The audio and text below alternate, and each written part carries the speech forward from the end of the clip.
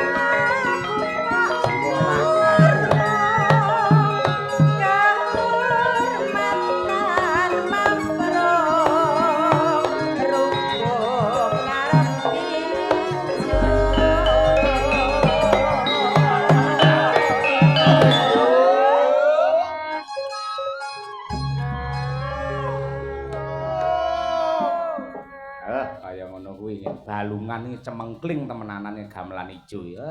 Tenan kanca-kanca iki lek anggere gamelan ijo ngene mbok bacutan pirang-pirang bengi ora nek kesele. Ha iya ngono kuwi. Nek sing nembang sosok rekoso mergo rumangsa dhuwur lah. Ora jane nggih bacutan lek dhuwur malah penak lek gedhe malah sok-sok mari lara. Seto, iki gamelan kok gedhe piye.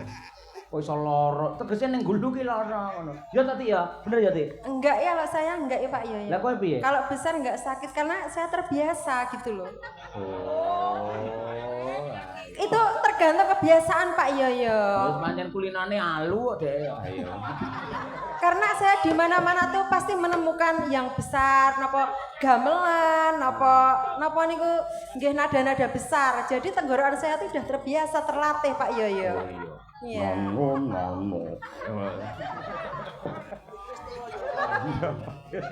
Ngono ki Wanda ki peh iki sak kabupaten karo aku teh kaya ngene to ya. Loh, ini anak didik saya ini. Wanda kuwi. Iya, bisa jadi begini anak didik saya ini. Nggih, sing dididik apik, sing didik kok kocluk. Lah kebaikan saya taruh ke Wanda, yang jelek ki sing dienggo saya ngoten lho. Oh, ditransfer ning Wanda. Iya, gitu. Cocok. Ini juga belum tumbuh, nanti kalau semakin lama semakin waduh. Sing tumbuh ki lapane. Lah kakean tumbuhe ngrewok malahan minggu ora. Iki ya kewanen iku. Oh iya kewanene kuwi. Triastuti Retnawati. Ayo Ratna Galih dan Ratna. Ayo nggih. Urip ana kutha gedhe